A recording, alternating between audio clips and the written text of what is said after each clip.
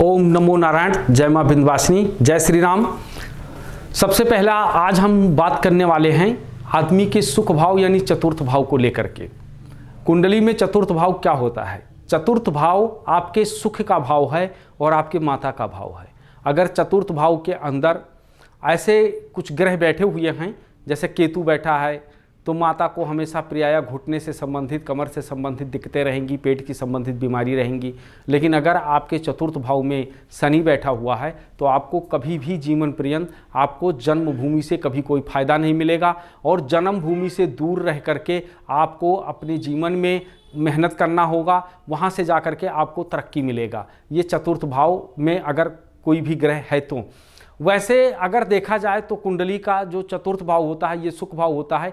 कई बार ऐसा हमने देखा है कि कुंडली में चतुर्थ भाव बिल्कुल शुद्ध है, उसका ग्रह भी सही जगह पे बैठा हुआ है, लेकिन उसके बावजूद भी आपको तरह तरह की यात्राएं मिल रही हैं। मानसिक, शारीरिक, आर्थिक ये कष्ट आपको मिल रहा है। आखिर क्यों मिल रहा है?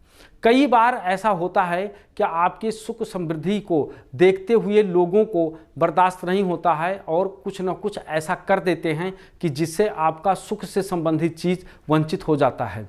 और परिवार में कोई ना कोई ऐसा व्यक्ति हो जाता है जो तनिक तनिक बात में क्रोध करना, झगड़ा कर लेना, मारपीट करना और बना बनाया भोजन पूरे परिवार ना खाना। और उसके बाद क्या होता है, थोड़ी देर के बाद फिर क्या होता है कि पूरे परिवार एक हो जाना। इससे ये स्पष्ट पता चलता है कि आपके ऊपर किसी न किसी ने कुछ न कुछ कर दिया है, जिससे कि आपका सुख से संबंधित चीज़ें आपके जीवन में बाधित हो गई हैं। कभी भी आप ये देखिए कि माता का स्वास्थ्य हमेशा खराब रहना, हमेशा उनको कोई ना कोई बीमारी लगा रहना, उसके साथ में उनको डरावने सपने दिखाई पड़ना, आपके घर में कोई भी दूध देता हुआ पशु है वो उसका मर जाना, या आपका पालतू कुत्ता गायब हो जाना, ये सारी चीज़ें जो होते हैं ये हमको उस तरफ संकेत करते हैं कि आपके ऊपर किसी ने कुछ कर दिया है और ऐसी चीज़ कर दिया जिसको हम काला जादू बोलते हैं। ऐसा करके कुछ कर दिया है जिससे कि आपका मन के अंदर कभी शांति ना मिले, रात को नींद का ना आना, उच्चाटन पड़ना, सोते सोते नींद खुल जाना, ये सब चीज़ें जो होती हैं इन सब चीज़ों की निशानियां होती हैं कि ताकि आप अपने जीवन में सुख चैन का जीवन व्यतीत ना कर सकें। ऐसे में क्या होता है कि चतुर्थ भाव बहुत ही मतलब एक तरीके से बड़ा नाजुक घर होता है, क्योंकि वो सुख है। वहीं से आपके गाड़ी, मोटर, वाहन इनके सबके जो हैं विचार किए जाते हैं और उसका जो प्रदत्त देवता होता है वो शुक्र होता है। यानी शुक्र जो है आपको सुख से संबंधित सारी चीज़ें शुक्र देता है। जीवन में अगर आपके सुख बढ़िया है तो आपको कोई दिक्कत नहीं आएगा।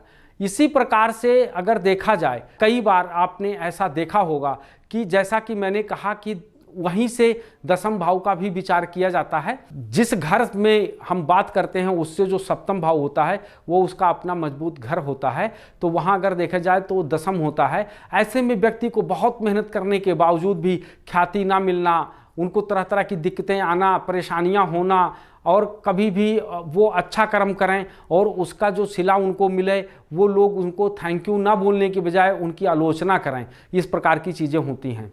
अगर किसी की भी कुंडली में इस प्रकार की दिक्कतें हैं और ऐसी समस्याएं चल रही हैं तो उनको चाहिए कि हमारे निम्न नंबरों पर आप हमसे संपर्क करें।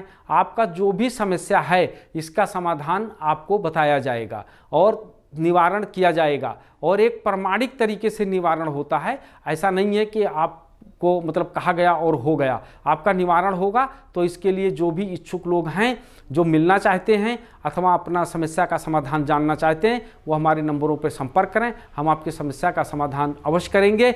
जय श्री राम। जय मां विंध्यवासिनी।